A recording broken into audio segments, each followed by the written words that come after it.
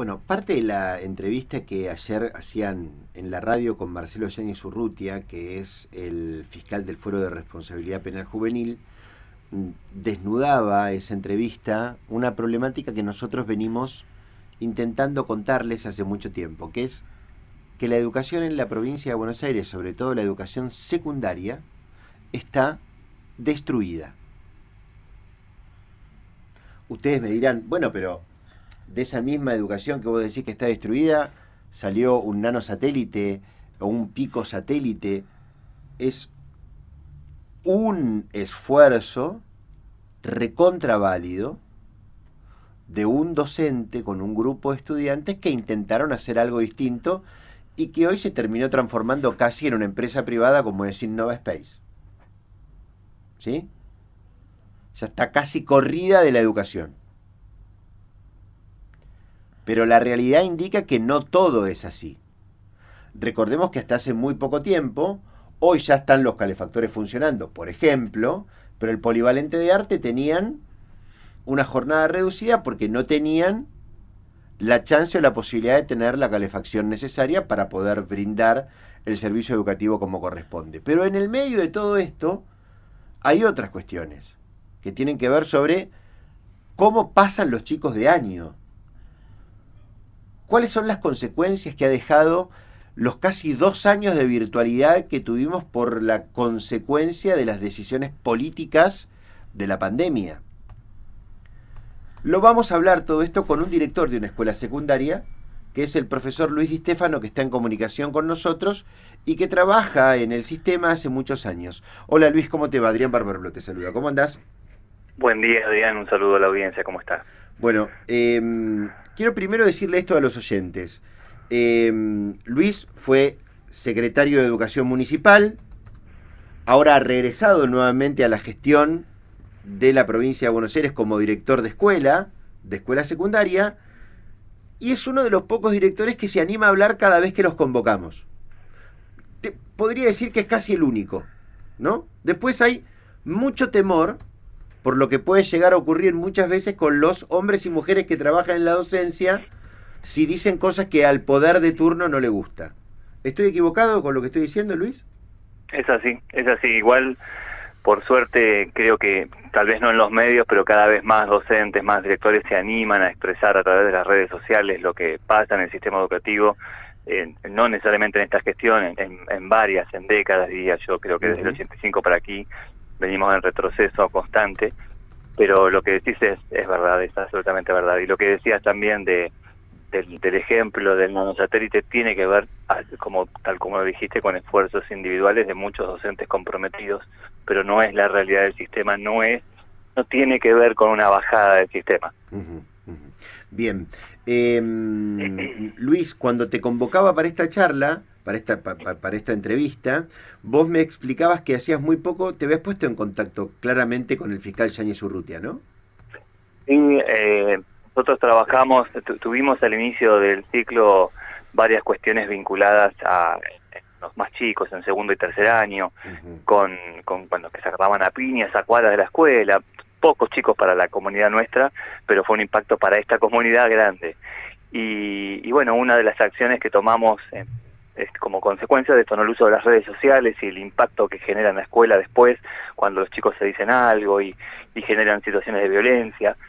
Pedimos colaboración al fiscal y pudimos dar algunos encuentros y charlas con todos nuestros alumnos para concientizarlos del uso de las redes sociales, de que también por el hecho de que sean menores, no es que no hay una acción de la justicia en función de la responsabilidad que deben tener, ¿no?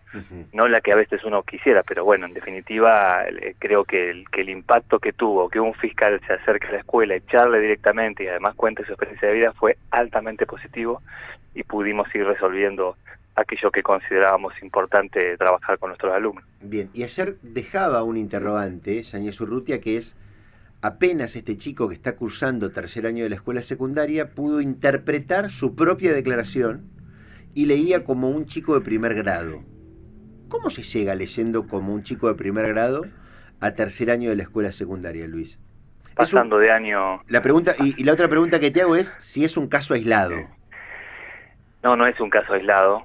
no sé concretamente cómo fue la situación particular de este chico, pero en general lo que nos pasa en primaria, lo que llega a secundaria, lo que también recibimos en el nivel superior, en formación docente, en los primeros años de las carreras docentes, que después por supuesto tiene un impacto en la escuela, desde hace muchos años.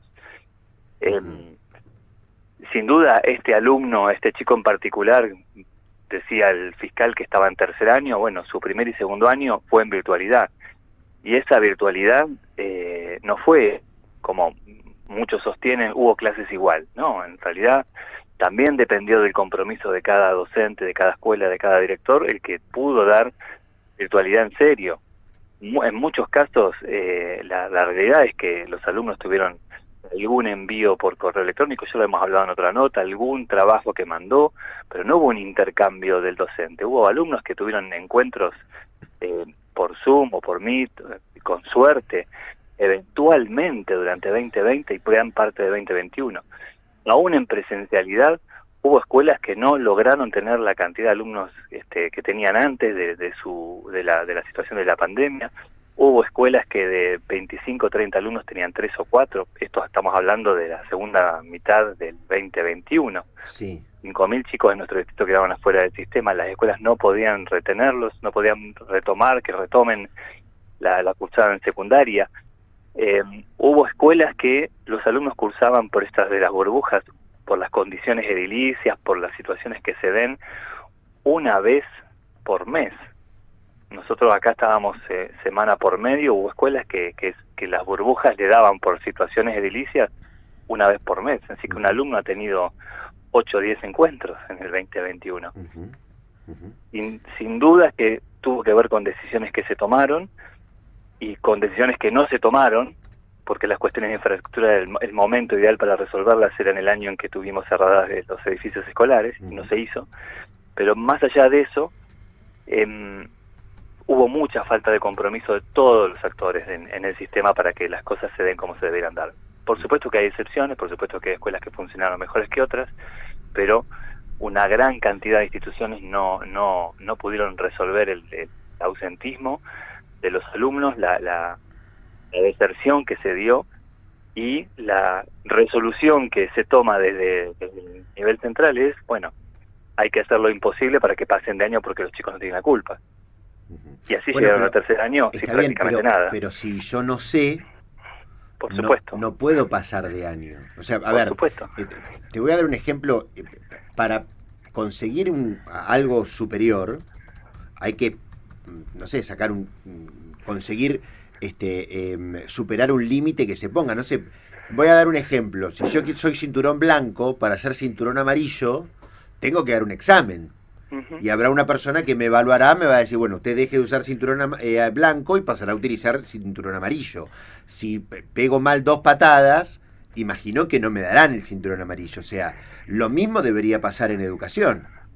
Por supuesto que debería pasar, pero no es lo que pasa en nosotros como escuela, con las circulares que hemos recibido de provincia, que auspiciaban prácticamente el peinado de materias, el considerar áreas para que los chicos con 5 o 6 materias puedan pasar de años, porque en esta pandemia se suspendió parte del régimen académico y en vez de tener asignaturas en secundarias pasamos a tener áreas que integraban materias, que fue en realidad una cuestión de papel, porque en la práctica un profesor que va de una escuela a otra no puede reunirse con otro para ver cómo planificar y proyectar algo así de golpe, ¿no?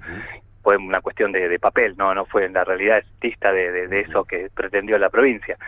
Pero el hecho de considerar áreas, por ejemplo, inglés con prácticas de lenguaje era un área, si aprobaba o desaprobaba implicaba el área completa, y después se autorizó por una circular también que las escuelas podían hacer peinado de materia, es decir, si aprobaba tercero pero debía segundo, automáticamente se consideraba o se podía considerar el segundo aprobado. Hay escuelas que tomaron esto, hay escuelas que no tomamos esta opción, como era una opción. Nosotros nos pusimos firmes en que considerábamos que, como vos decís, los alumnos tienen que acreditar en las instancias que corresponden, tal vez dándole más tiempo, porque la situación en muchos casos lo ameritaba, pero no regalar prácticamente la materia. o considerada aprobada una del ciclo anterior porque aprobó la posterior. Y nos paramos en eso y nos costó muchísimo este año la postura institucional compartida por todo el equipo directivo, por los docentes. Y teníamos alumnos que repetían, porque nosotros tuvimos alumnos que repitieron, otros que se esforzaron y les dimos el tiempo para que puedan lograr el objetivo, y otros alumnos que repitieron y que incluso se fueron de la escuela.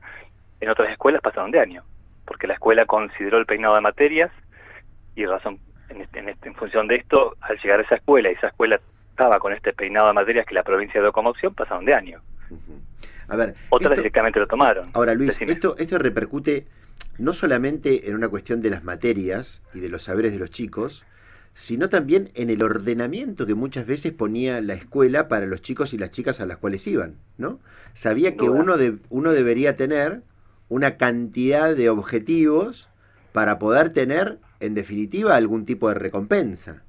Sin duda. Y sumemos a esto que también parte de lo que se resolvió es que trabajábamos con contenidos prioritarios, es decir, no trabajamos con el diseño, con todo lo que los chicos deberían saber. Hubo un recorte de contenidos prioritarios y los alumnos acreditaban eso o no lo acreditaban, es decir, que quienes estuvieron en condición de repitencia o de lo que anteriormente sobre el régimen académico se llama repitencia, pasaron o repitieron, ni siquiera tuvieron en cuenta ese recorte, ni siquiera pudieron manejar este recorte, y llegan a tercer año como este chico sin posibilidades que ya por supuesto sin las cuestiones de lectura arrastra de primaria, ¿no? Pero que la secundaria no pudo resolver. Sumemos a esto, que tiene que ver con este caso y con otros de violencia, la falta de límite. Las escuelas fueron perdiendo la capacidad de poder resolver situaciones problemáticas graves, porque también la bajada es que no se pueda sancionar o que no haya sanciones punitivas o esto también influye en esto, ¿no? Si no hay reglas de juego en un momento como en la adolescencia, los chicos no conocen los límites, difícilmente como ciudadanos después puedan tomarlos en cuenta. Es muy difícil poner una sanción punitiva porque está por fuera de lo que la provincia define. Todo tiene que ser diálogo, reparación, reflexión, y hay casos en que no se puede reflexionar. Vos podés reflexionar, pero no tenés resultado. Entonces, si la escuela quedó corrida de todo esto, es muy difícil, no podés poner límites. Hay situaciones graves, situaciones de violencia, situaciones de bullying, y no podés poner un límite, no podés poner una sanción punitiva, que en muchos casos es necesario, porque la bajada es otra. No podés trabajar los contenidos, todos pasan de año. Nos pasó en la práctica en la pandemia, como profesor te lo digo, ni siquiera como director. En el momento en que el Ministerio de Educación dijo, todos los chicos pasan, automáticamente los alumnos dejaron de cursar, virtualmente, ¿no? De 25 alumnos que tenía, me quedé con 5 hasta fin de año en una escuela técnica en un 7º año. 5 alumnos siguieron en Zoom, yo di Zoom todos los lunes. Si vos sacás el límite, si vos sacás esa presión que te genera la rutina institucional, no tenés vuelta atrás. Y es la sociedad que tenemos. Luis, quiero sumar a Daniel Temperoni a la charla. Sí, ¿cómo estás, profesor? Daniel? Buen día. ¿Cómo estás? Bien. No, estaba escuchando atentamente a ambos. Me parece que lo de la pandemia fue un golpe muy duro para todos, ¿no? Incluido para el ámbito escolar en todos los niveles. Pero a mí me parece que hay que mirar un poco más para atrás. Yo por lo menos miro un poco más para atrás y creo que los problemas a nivel social muy fuerte en la Argentina comenzaron a mediados de la década del 70 y no han parado hasta este momento. Y siempre se le ha asignado, todas las administraciones, tanto democráticas como no democráticas, le han asignado a la escuela el final de las soluciones. Y me parece que no pasa por ahí el tema, ¿no? Pero el corrimiento de los límites de la sociedad y la ruptura del contrato social termina haciendo eclosión en la escuela, porque evidentemente esos chicos dejan su casa para ir a la escuela, a un ambiente de relación social, y en ese ambiente de relación social ustedes los docentes tienen que hacer todo lo que puedan, cada vez con menos elementos. Parece que por lo menos para mí la síntesis es esa, ¿no? Sí, coincido. Yo creo lo viví como alumno y como docente. Yo pongo un año concreto con el inicio de este deterioro que es el 1984-85, donde empiezan a cambiar todas estas condiciones que implicaban preparar un ingreso al nivel secundario con un manual que teníamos que estudiar, que teníamos ese manual que era el ingreso a primer año del 84 hasta el 84-85, hoy no lo puede resolver un egresado de la secundaria, y eso marca claramente en lo académico cuál es la situación. Y después esto que tiene que ver con las reglas de juego. ¿Cómo? Imagínense lo difícil es que hoy es pararse en una escuela y plantear cuestiones de valores cuando en la sociedad, en la realidad, distamos mucho de esta situación que nosotros le exigimos a nuestros alumnos, ¿no? Después, por supuesto, además de la pandemia, además de estas cuestiones que tienen que ver con lo académico y con las reglas de juego que la escuela no puede imponer hoy, por una bajada, por cómo está la política educativa de estos últimos años, la cuestión del ausentismo docente tiene un impacto tremendo también. Nosotros este año, de cada 2 semanas de clases, una semana fue de horas libres. Preceptores no dan abasto, no están los cargos para cubrir esto, constantemente horas libres. Es tan fácil hoy tomarse una licencia, cargar en el sistema, nadie controla, porque es todo un sistema informático. Es decir, faltan menos de 3 días, no hay Sí. automáticamente se da. Esto también impacta en la escuela privada, porque no es cuestión de la escuela estatal solamente. El docente que toma una licencia también la lleva a la escuela privada y tiene un impacto hoy. No es que la escuela privada está lejos de esto, pero el ausentismo hoy es tremendo. En secundaria es constantemente horas libres y no hay herramientas.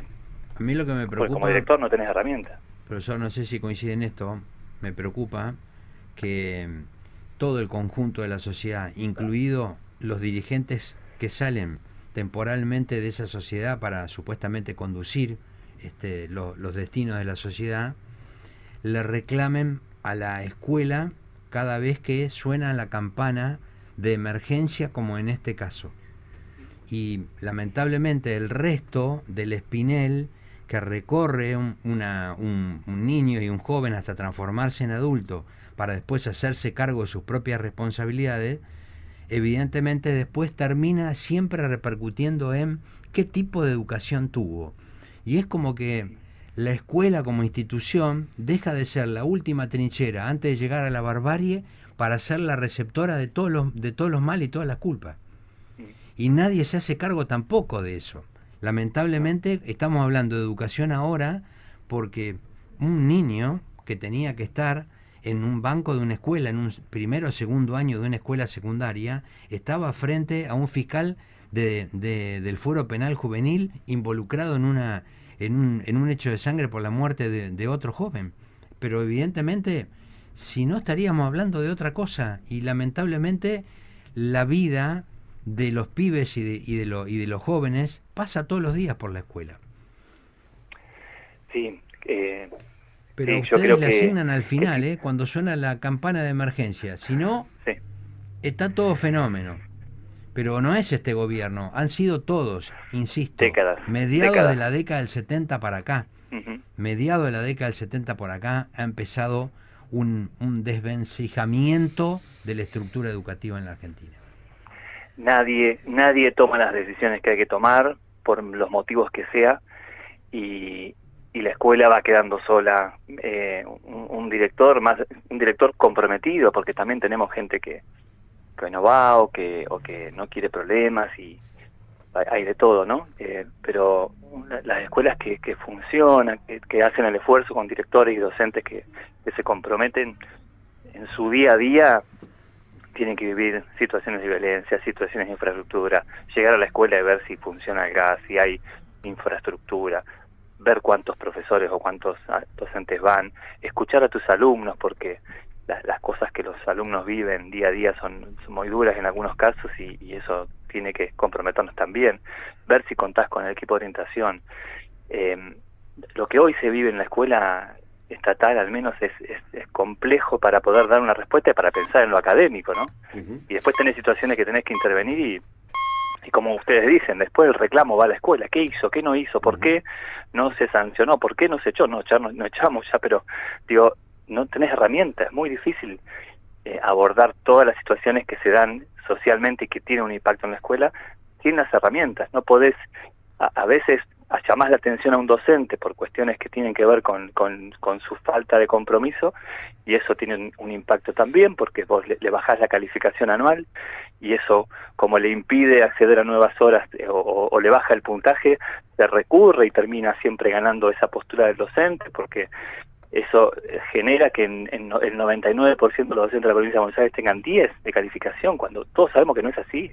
Tenés docentes que... Ese dato que estás dando es un dato que también es vergonzoso, ¿no? Digamos. Por supuesto. El 99% de los docentes de la provincia de Buenos Aires en su cuaderno de actuación tiene 10. O sea, deberíamos tener una educación que sea superlativa en la provincia de Buenos Aires.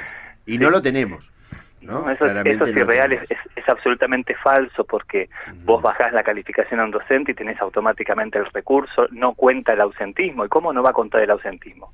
Si un docente tomó 3 veces licencias largas y eso tuvo un impacto pedagógico, porque tuvo 3, 4 suplentes, una maestra que constantemente falta, que toma licencias legales, formales del estatuto, generó en los chicos un corte, una maestra de primero o segundo año que tiene un vínculo especial con un alumno de primaria y toma licencia constantemente y tiene su suplente, pero 3 veces 4 maestras tuvieron esos chicos.